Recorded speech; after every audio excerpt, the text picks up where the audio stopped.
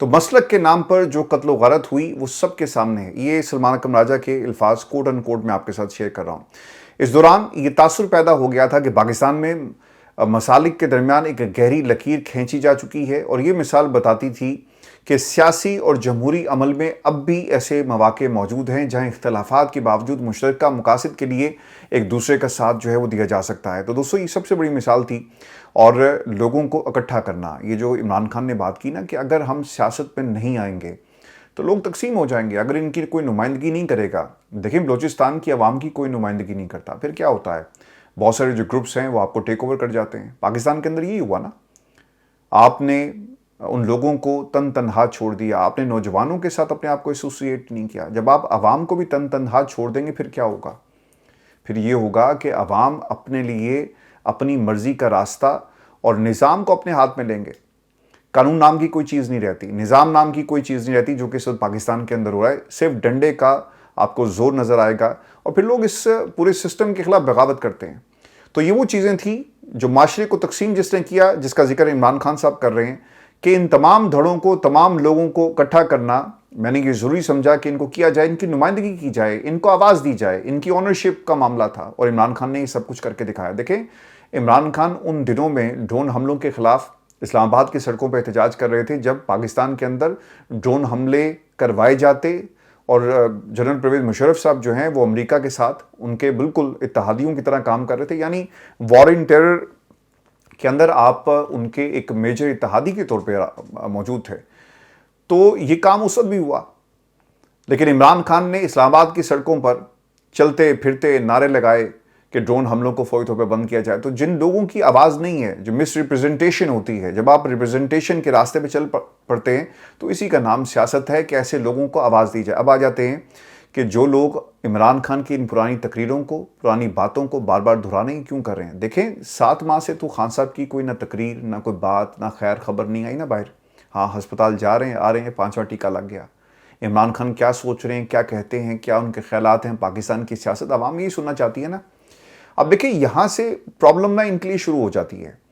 پاکستان تحریک انصاف کی جو ساری قیادت ہے نا، ان کے پاس جملے نہیں ہیں، ان کے پاس آگے چلنے کا راستہ نہیں ہے. پھر کیا کریں گے نا؟ خان صاحب کی پرانی تقریریں کٹ کے یا تو سوشل میڈیا کے اوپر شیئر کی جائیں گی، یا پھر اس دن کی مناسبت سے پرانی کوئی آپ تقریر نکال کر شیئر کر دیں گے، اور لوگوں کو یہ بار بار یاد کروایا جاتا ہے.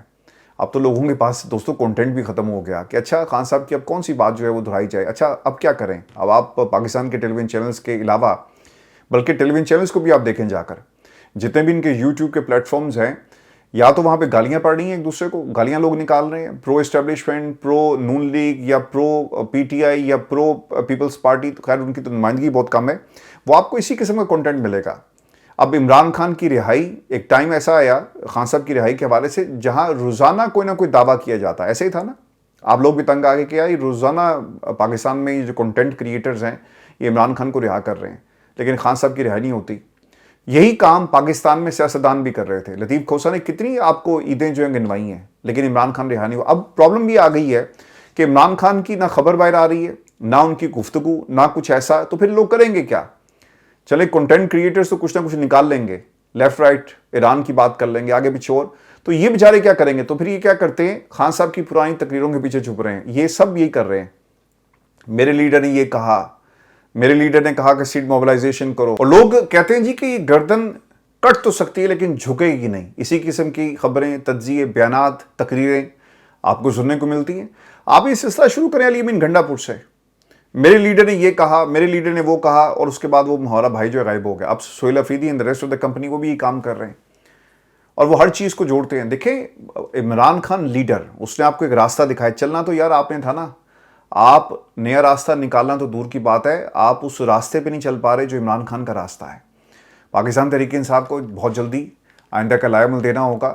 نہیں تو جناب آج آپ دیکھ لیں کہ جو سوئٹزرلینڈ کے اندر ہوا، اور جے ڈی وینس جو اس وقت اگلا کینڈیڈیٹ ہے پریزیڈنٹ کا، وہ پاکستان میں اسٹیبلشمنٹ کی تعریفیں کر رہا ہے. ایسا ہی ہے نا، حالات آپ کے سامنے ہیں.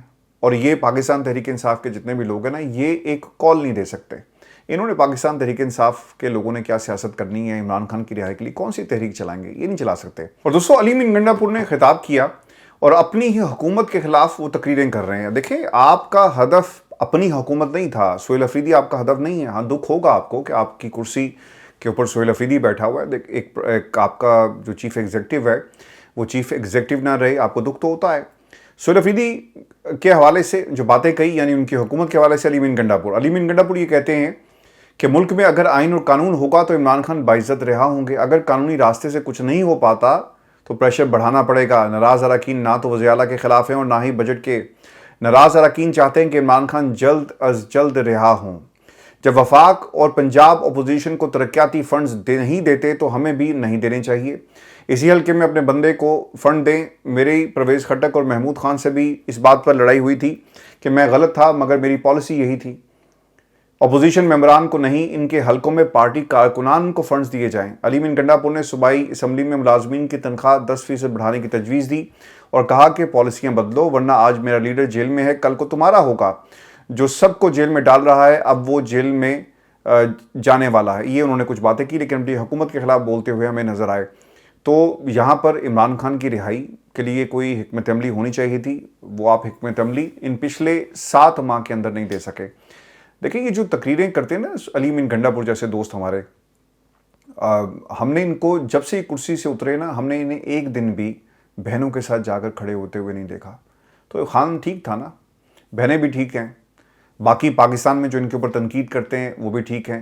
کہ آپ تو احتجاج میٹیریل نہیں تھے، آپ مخلص بھی نہیں تھے، آپ عمران خان کے لیے کچھ نہیں کر سکے. اور دوستو آپ نے اس دلیل کو یاد رکھنا ہے کہ اگر یہ مخلص ہوتے، یہ کچھ کر سکتے عمران خان کی رہائی کے لیے تو اب تک کال آ چکی ہوتی. لیکن یہ کال دینا تو دور کی بات ہے، یہ ایک دن بھی عمران خان کی بہنوں کے ساتھ جا کر اڈیالہ نہیں کھڑے ہوئے. یہ 35-40 ناراض اراکین کا جو معاملہ ہے، آپ کو یہ بھی کلیئر ہو گیا کہ یہ کس نے شروع کیا تھا. یہ ان لوگوں نے شروع کیا.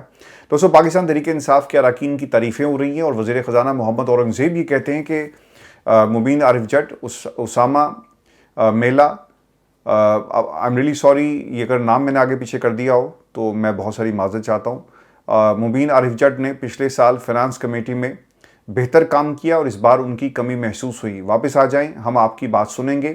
مبین عارف جٹ نے گزشتہ دنوں اسمبلی میں پنجابی میں تقریر کی تو کافی لوگ انہیں سوشل میڈیا پر پینڈو کہہ رہے تھے. نون لیگ کے قریب سمجھے جانے والے صحافی بھی ان کے پنجابی بولنے پر طنز کر رہے تھے. تو یہ جو وزیر خزانہ محمد اورنگزیب صاحب ہیں، انہوں نے ان کی کافی زیادہ جو ہے وہ تعریف کی. دوستو ایران اور امریکہ کے درمیان طے پانے والا امن معاہدہ اب کیا خطرے میں پڑ چکا ہے؟ اس سوال کا آپ کو جواب دیں گے. اور کیا صرف ایک سوشل میڈیا پوسٹ کئی روز کی سفارتکاری پر پانی پھیر سکتی ہے؟ اور کیا مشرق وسطیٰ ایک بار پھر جنگ کے دہانے پر کھڑا ہے؟ وہ جو پوسٹ جس کا میں ذکر کر رہا ہوں وہ آپ کو ویڈیو بھی آگے چل کر دکھائیں گے، جس میں باڈی لینگویج جو ہے نا وہ سب کچھ بتا رہی ہے. دیکھیں یہ جو انٹرنیشنل ریلیشن، سفارتکاری، ڈپلومیسی جو ہوتی ہے نا، اس میں باڈی لینگویج تو ہوتی ہے اور کیا ہوتا ہے. اور باڈی لینگویج آپ کے دل کا، آپ کے سامنے والے کو حال جو ہے وہ بتا دیتی ہے. آپ کے ساتھ مذاکرات کی میز بند کمروں میں کیا ہو رہا ہے، اسمائل، باڈی لینگویج یہ بڑی میٹر کرتی ہے.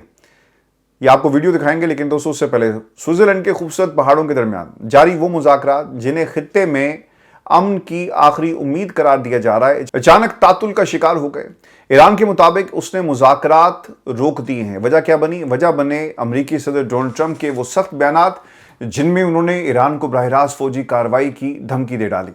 دوستو ٹرمپ نے واضح الفاظ میں کہا کہ اگر ایران نے لبنان میں موجود اپنی پراکسیز گروپس بالخصوص حزب اللہ کی حمایت بند نہ کی تو امریکہ ایران کو دوبارہ نشانہ بنا سکتا ہے. یہ بیان ایسے وقت میں سامنے آیا جب امریکی نائب صدر جے ڈی وینس سوئٹزرلینڈ میں ایرانی وفد کے ساتھ انتہائی اہم مذاکرات میں مصروف تھے. ابتدائی طور پر یہ مذاکرات ایران کے جوہری پروگرام پر ہوئے تھے، لیکن لبنان میں بڑھتی ہوئی کشیدگی نے پورا ایجنڈا ہی بدل دیا. دوستو ایرانی میڈیا کے مطابق ٹرمپ کی دھمکی سامنے آتے ہی ایرانی وفد مذاکراتی مقام چھوڑ کر چلا گیا. سوال یہ ہے کہ کیا واقعی ایک بیان نے مذاکرات کو سبوتاژ کر دیا یا پھر اصل مسئلہ کہیں زیادہ گہرا آپ کو نظر آئے گا؟ دوستو یاد رہے کہ صرف چند روز پہلے صدر ٹرمپ اور نائب صدر جے ڈی وینس اسرائیل پر بھی تنقید کر چکے ہیں اور اسرائیل کے سخت جوابی حملوں نے ایران کے ساتھ ہونے والے ابتدائی معاہدے کو تقریباً ناکام بنا دیا. لیکن اب صورتحال تبدیل ہو چکی ہے. واشنگٹن کی ناراضگی کا رخ براہ راست تہران کی طرف ہے. ٹرمپ نے اپنے پیغام میں کہا کہ ایران کو فوری طور پر لبنان میں اپنے مہنگے پراکسی گروپس کو روکنا ہوگا. اگر ایسا نہ ہوا تو ہم ایران کو پہلے سے بھی زیادہ سخت نشانہ بنائیں گے۔ دوستو، ایران نے اس بیان کو صرف ایک دھمکی نہیں بلکہ امن معاہدے کی کھلی خلاف ورزی قرار دیا۔ ایرانی موقف ہے کہ معاہدے میں دونوں ممالک نے ایک دوسرے کے خلاف طاقت کے استعمال یا دھمکی سے گریز کرنے کا وعدہ کیا۔ تو کیا امریکہ نے خود اپنے ہی معاہدے کی بنیاد ہلا دی؟ یہ سوال اب تہران میں بھی اٹھ رہا ہے اور دنیا بھر کے سفارتی حلقوں میں بھی یہ سوال کیا جا رہا ہے۔ اس معاہدے کا ایک اہم حصہ آبِ ہرمز تھا، وہی آبِ ہرمز جہاں سے دنیا کی بڑی مقدار میں تیل گزرتا ہے، وہی آبی راستہ جسے بند کرنے کی دھمکی ماضی میں عالمی منڈیوں کو ہلا کر رکھ دیتی تھی۔ ابتدائی معاہدے میں طے پایا تھا کہ آبِ ہرمز کھولی جائے گی، ایران کے جوہری پروگرام پر مذاکرات شروع ہوں گے اور لبنان میں لڑائی کے خاتمے کی کوشش جو ہے وہ کی جائے گی۔ لیکن اب ایران نے اعلان کیا ہے کہ آبِ ہرمز بند کر دی گئی ہے، اگرچہ امریکی فوج کا دعویٰ ہے کہ آبِ ہرمز مکمل طور پر بند نہیں ہوئی اور جہازوں کی محدود آمد و رفت اس وقت جاری ہے۔ مگر سوال یہ ہے کہ اگر یہ راستہ واقعی بند ہو گیا تو عالمی تیل مارکیٹ پر اس کے کیا اثرات مرتب ہوں گے؟ کیا دنیا ایک نئے توانائی بحران کی طرف بڑھ رہی ہے؟ دوستو، اس دوران ٹرمپ نے فاکس نیوز کو دیے گئے انٹرویو میں انکشاف کیا۔ دیکھیں، اس کی لینگویج بڑی خطرناک تھی ایسے وقت میں جب آپ کے ملک کا جو نمبر 2 ہے وہ سوئٹزرلینڈ میں موجود تھا اور وہ ایک طرح سے وہ لافنگ سٹاک بن گیا۔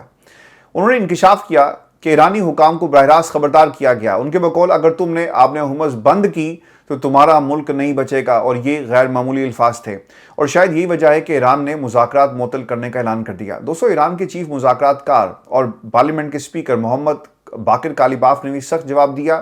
انہوں نے کہا کہ ایران کی مسلح افواج ہر قسم کے جواب کے لیے تیار ہے، اور ان کا ایک جملہ خاص طور پر توجہ حاصل کر رہا ہے جو انہوں نے کہا، جو کچھ وہ کہیں گے عمل ہم بھی کریں گے اور اسی طرح کا آپ کو جواب دیا جائے گا۔ دوستو، یہ بیانات ظاہر کرتے ہیں کہ سفارتی محاذ پر تناؤ خطرناک حد تک بڑھ چکا ہے۔ دوسری طرف امریکی نائب صدر جے ڈی وینس اب بھی امید کا دامن تھامے ہوئے ہیں۔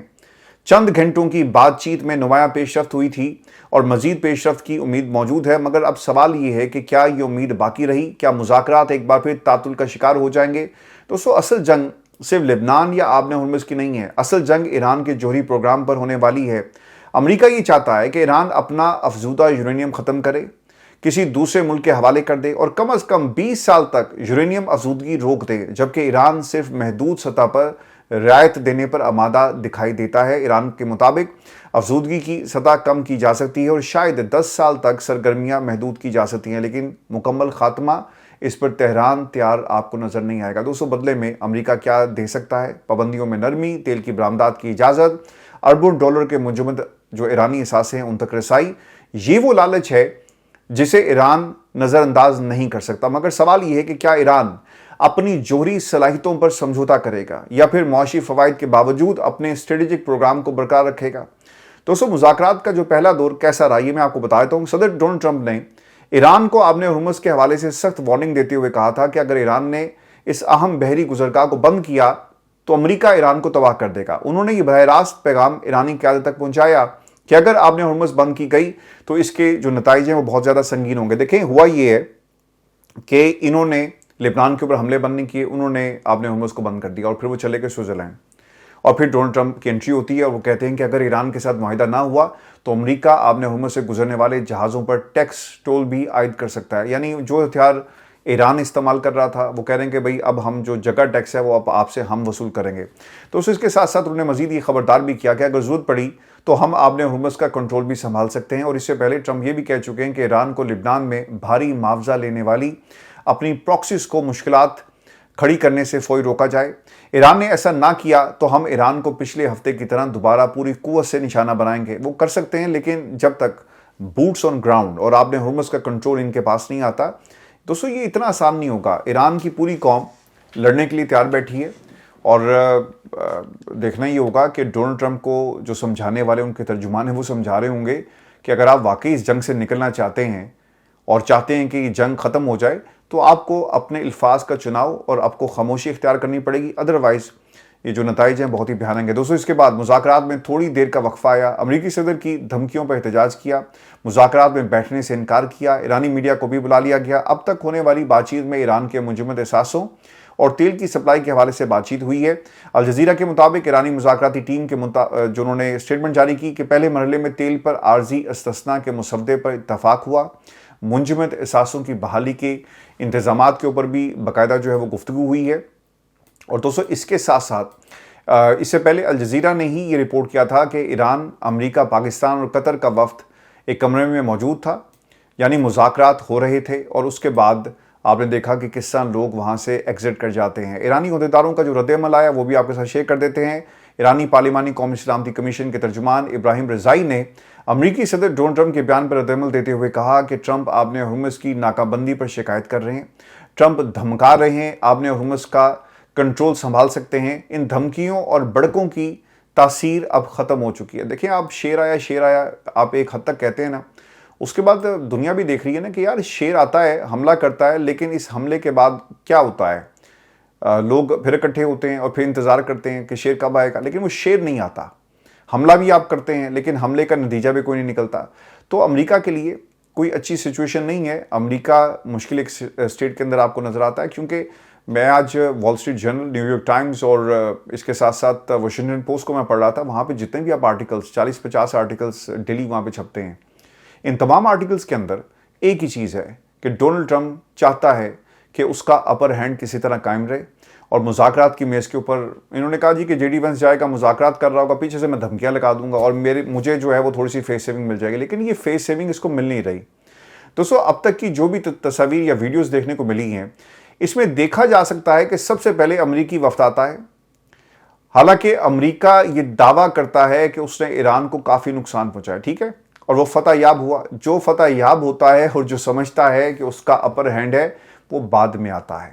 لیکن یہاں امریکی وفد کے بعد ایرانی وفد آتا ہے، تصویر بنانے سے انکار ہوتا ہے۔ ایرانی وفد نے امریکی وفد کے ساتھ مکمل طور پر ایک بھی تصویر بنانے سے انکار کر دیا۔ ایک فوٹیج بھی آپ ان کے اکٹھے بیٹھنے کی آپ کو نظر نہیں آئے گی۔ ایران کے وزیر خارجہ عباس عراقچی پاکستان کے وزیر اعظم شہباز شریف صاحب کے پاس جاتے ہیں اور ان کے کان میں کچھ کہتے ہیں۔ تاثر یہ دیا گیا کہ وہ یہی کہنا چاہ رہے ہیں کہ وہ امریکی وفد کے ساتھ تصویر نہیں بنوائیں گے۔ آپ دیکھیں نا، انہوں نے ایسے پیچھے مڑ کے دیکھا اور وہ پریشان ہو گئے کہ یہ کیا ہوا۔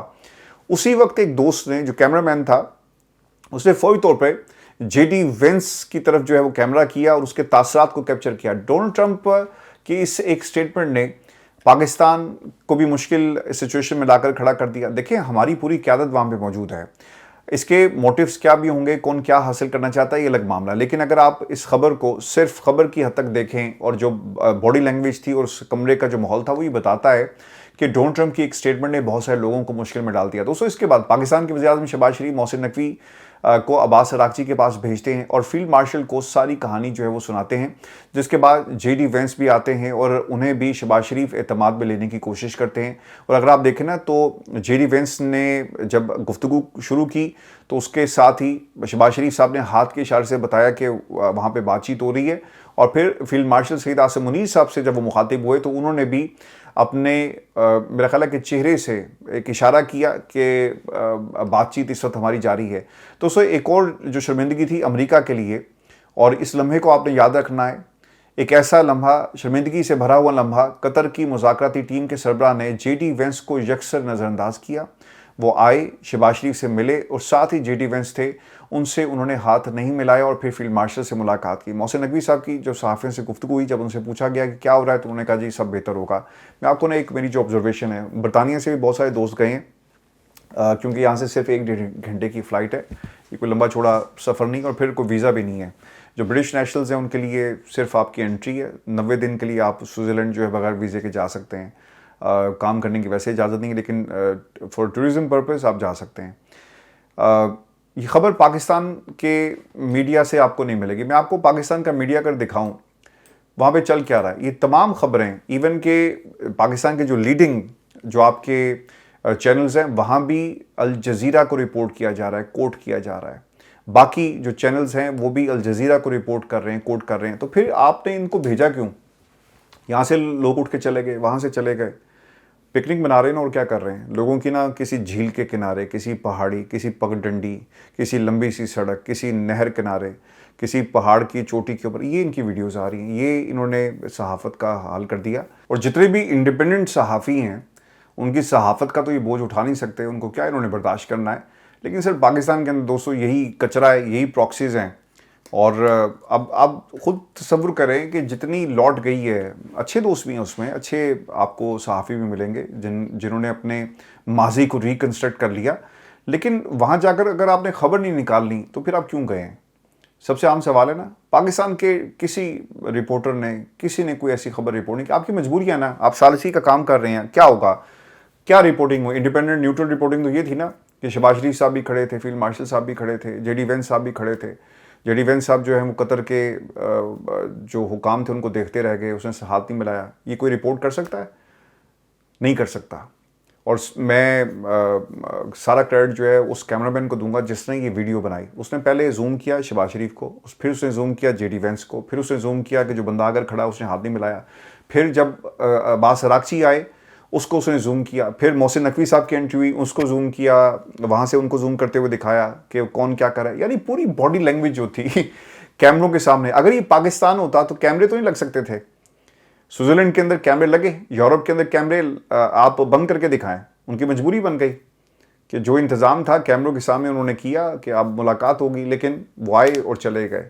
تو باڈی لینگویج آج کیمرے نے بڑی خوبصورتی کے ساتھ اس کو ایکسپوز کیا، بلا تبصرہ، بغیر کسی عنوان کے. آپ اس ویڈیو کو دیکھیں. اپنا خیال رکھیے گا، اجازت دیجیے. اللہ نے کہا.